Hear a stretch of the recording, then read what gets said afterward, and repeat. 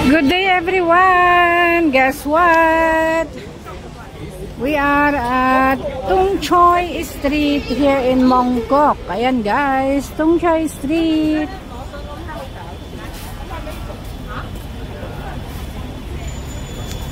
And let's find out guys kung anong meron dito sa Tung Choi Street. Dito lang sa Mongkok guys. Let's go!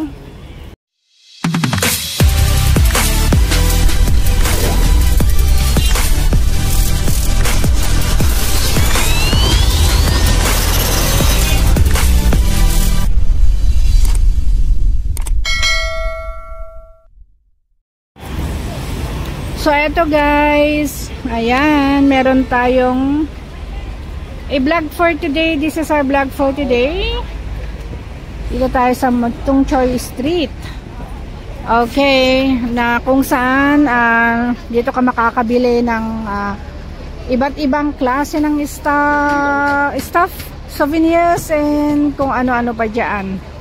Okay, let's start our shopping.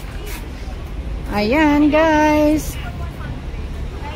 mga souvenirs, Hong Kong. Ayan, may mga bumibili na. Ano yun? Diip! Ipa!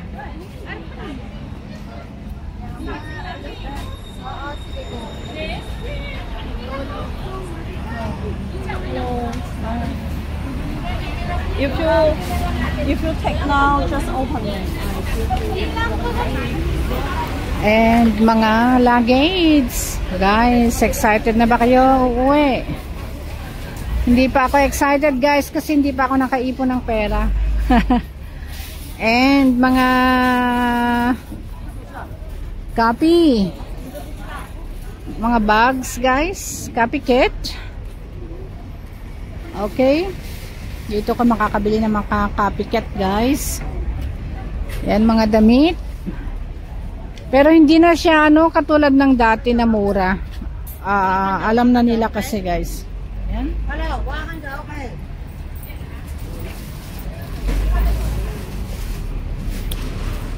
Kasi na to tourist spot na. Wow.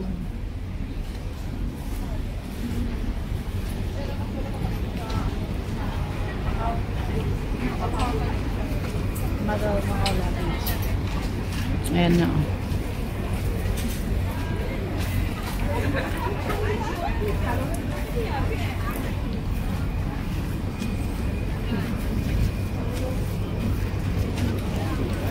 Luckily guys, huminto na yung ulan. Kanina ang lakas, grabe ang lakas ng ulan guys. Ito yung mga costume.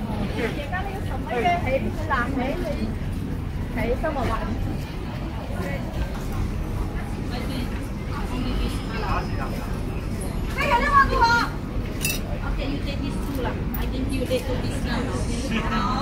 No. This one, no. This one, this one.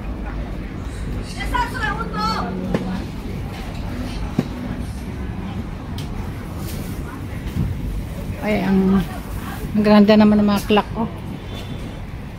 pero nakakahilo. Meron ng mga scarf kasi malapit ng winter.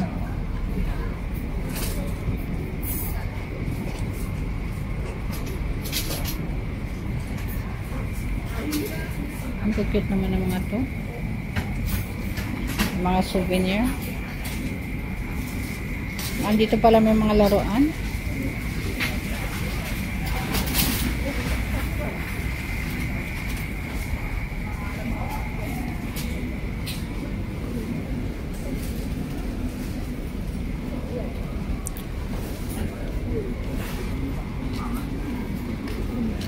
So ito guys, nagbubukas sila ng mga 11, 10:30 sa umaga, mga 9 ganun guys. May mga workers ng nilalabas ang mga parang kariton, mga trolley na guys na nakabalot sa by pwesto, may number ang kanilang pwesto. Tapos yung mga owner, sila nang nag-unpack.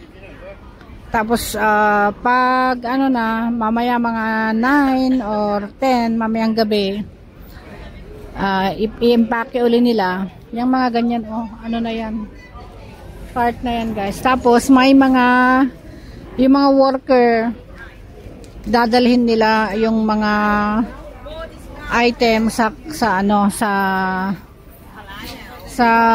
may warehouse, ganon, araw-araw yun. Ayun. Ayan. Walang matirang mga gamit dito pag overnight. Binabalik lahat sa warehouse. Yan o, may mga, tignan nyo, may mga wheel na yan.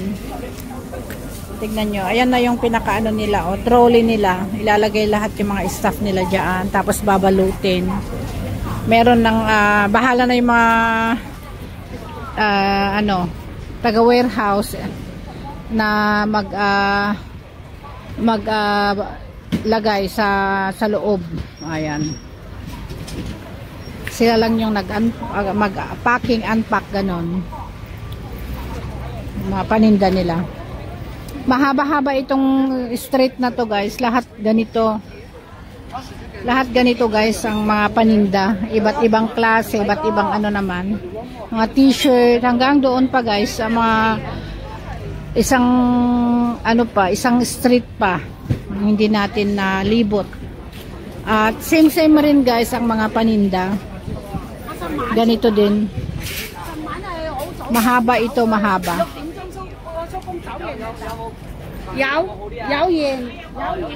Ito yung tinatawag nilang isang night market ng Mongkok. Ayan, mga souvenirs. Oh.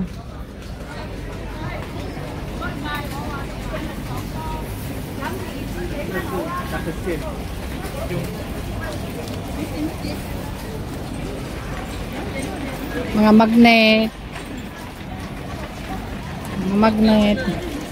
Pero mahal na rin ngayon guys talaga. Hindi na katulad ng dati. At saka tinataasan na yung price kasi guys, alam na din nila na ang mga namimili ay tumatawad. Ayan, kasi minsan 'di ba, pag sinabing 100, sabihin mo 40.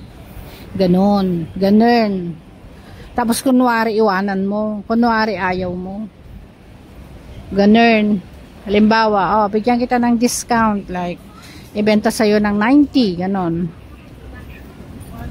Iwanan mo, tapos babalik, yung iwanan mo, tatawagin ka, sasabihin, okay, another 20 hanggang sa half, pwede mong ma-avail yung hanggang half price pala. Maka-discount ka ng almost half or half price nung original price na binigay. Kaya ganon ka na kasi ang style ngayon, kaya tinataasan na rin guys ang mga presyo. Maganda itong mga painting na to guys. Ito ang gusto ko.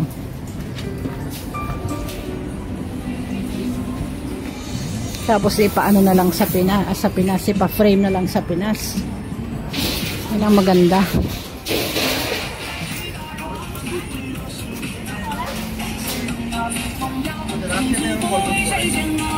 Mamayang gabi guys, marami ding mga tao.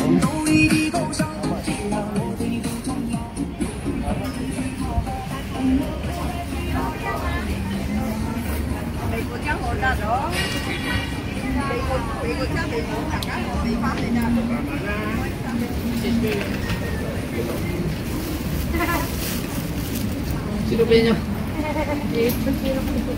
Sorry.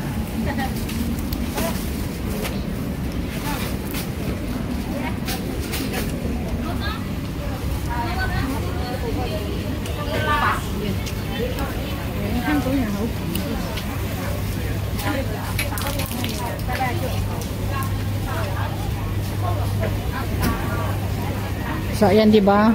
Pagkatapos nito mayroon pang another street guys, kahaba. Pero hindi na tayo pupunta doon guys ha. Kasi mga item ganito rin, iba't ibang store lang. Halos.